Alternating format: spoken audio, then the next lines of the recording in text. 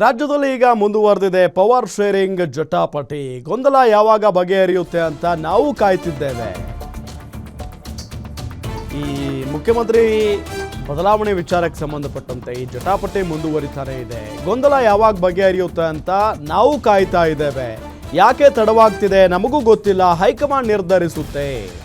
ದಾವಣಗೆರೆಯಲ್ಲಿ ಸಚಿವ ಸತೀಶ್ ಜಾರಕಿಹೊಳಿ ಹೇಳಿಕೆಯನ್ನ ಕೊಟ್ಟಿದ್ದಾರೆ. ಡಿಕೆಶಿಗೆ 80 ಶಾಸಕರ ಬೆಂಬಲ ಇದೆ ಎಂಬ ಇಕ್ಬಾಲ್ ಹೇಳಿಕೆಗೆ ಟಾಂಗ್ ಕೊಟ್ಟಿದ್ದಾರೆ ಜಾರಕಿಹೊಳಿ. 80 ಒಂದು ಪ್ರಶ್ನೆಯೇ ಅಲ್ಲ ಅಂತ ಸತೀಶ್ ಜಾರಕಿಹೊಳಿ ಕೌಂಟರ್ ಕೊಟ್ಟಿದ್ದಾರೆ. ಯಾರು ಸಮರ್ಥರಿದ್ದಾರೋ ಅವರು ಮುಂದುವರಿಯುತ್ತಾರೆ. ದಾವಣಗೆರೆಯಲ್ಲಿ ಸಚಿವ ಸತೀಶ್ ಜಾರಕಿಹೊಳಿ ಹೇಳಿಕೆಯನ್ನ ಕೊಟ್ಟಿರೋದು. ಪವರ್ ಶೇರಿಂಗ್ ಫೈಟ್ ವಿಚಾರಕ್ಕೆ ಸಂಬಂಧಪಟ್ಟಂತೆ ಮಾತನಾಡಿದ್ದಾರೆ, ಕೇಳಿಸ್ಕೊಳ್ಳಿ.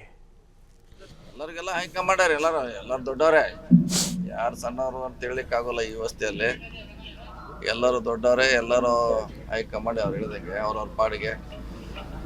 ಸೊ ನಮ್ಮದೊಂದು ವ್ಯವಸ್ಥೆ ಇದೆ, ಒಂದು ಗುಂಪಿದೆ ಕಾಂಗ್ರೆಸ್ ಇಂದು ಶಾಸಕರು ಆಯ್ಕೆ ಆದವರು, ಅವರೆಲ್ಲ ಒಂದೇ ಇದೀವಿ. ಸಮಸ್ಯೆ ಇರ್ಬೋದು ಬೇರೆ ಬೇರೆ, ಎಲ್ಲ ಒಂದೇ ಇದೀವಿ. ಕಾಂಗ್ರೆಸ್ಸು ಗಟ್ಟಿ ಆಗಬೇಕು, ಭದ್ರ ಆಗಬೇಕು ಅನ್ನೋದು ಎಲ್ಲರೂ ಆಸೆ ಇದ್ದಾರೆ.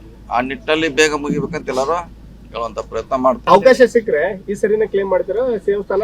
ಅದು ಬಂದಾಗ ಹೇಳೋಣ. ಈಗೇನು ಪದೇ 8 ಸಲ ಹೇಳಿದ್ವಿ ಬಂದಾಗ.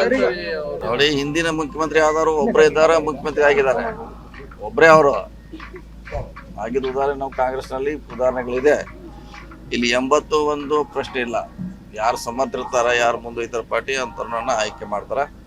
ಆ ಸಂದರ್ಭ ಇನ್ನೂ ಬಂದಿಲ್ಲ, ಬಂದಾಗ ಅದ್ರ ಬಗ್ಗೆ ಚರ್ಚೆ ಮಾಡೋಣ.